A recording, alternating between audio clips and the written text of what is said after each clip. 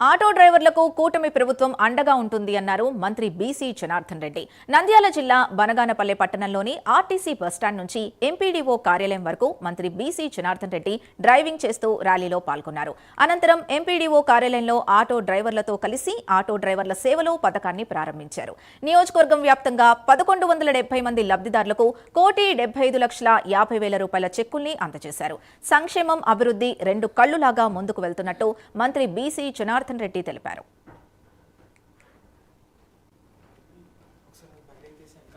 సేవలో కార్యక్రమానికి వచ్చేసినటువంటి వేదిక మీద ఉన్నటువంటి వేదిక మీద ఉన్నటువంటి అధికారులకు, అదేగా వేదిక ముందు ఉన్నటువంటి ఆటో డ్రైవర్ సోదరులకు, ఆటో యజమానులకు, పత్రికా విలేకరులకు, అదేవిధంగా తెలుగుదేశం పార్టీ కార్యకర్తలకు, నాయకులకు, ప్రతి ఒక్కరికి కూడా నా హృదయపూర్వక నమస్కారం.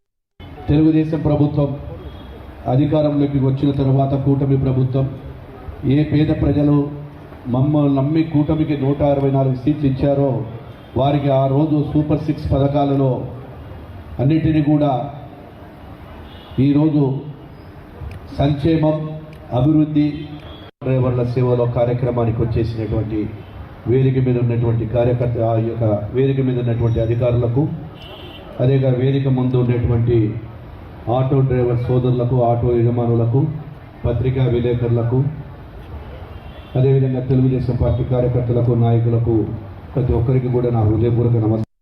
తెలుగుదేశం ప్రభుత్వం అధికారంలోకి వచ్చిన తర్వాత కూటమి ప్రభుత్వం ఏ పేద ప్రజలు మమ్మల్ని నమ్మి కూటమికి 164 సీట్లు ఇచ్చారో వారికి ఆ రోజు సూపర్ 6 పథకాలలో అన్నిటినీ కూడా ఈరోజు సంక్షేమం అభివృద్ధి డ్రైవర్ల సేవలో కార్యక్రమానికి వచ్చేసినటువంటి వేదిక మీద ఉన్నటువంటి వేదిక మీద ఉన్నటువంటి అధికారులకు, అదేగా వేదిక ముందు ఉన్నటువంటి ఆటో డ్రైవర్ సోదరులకు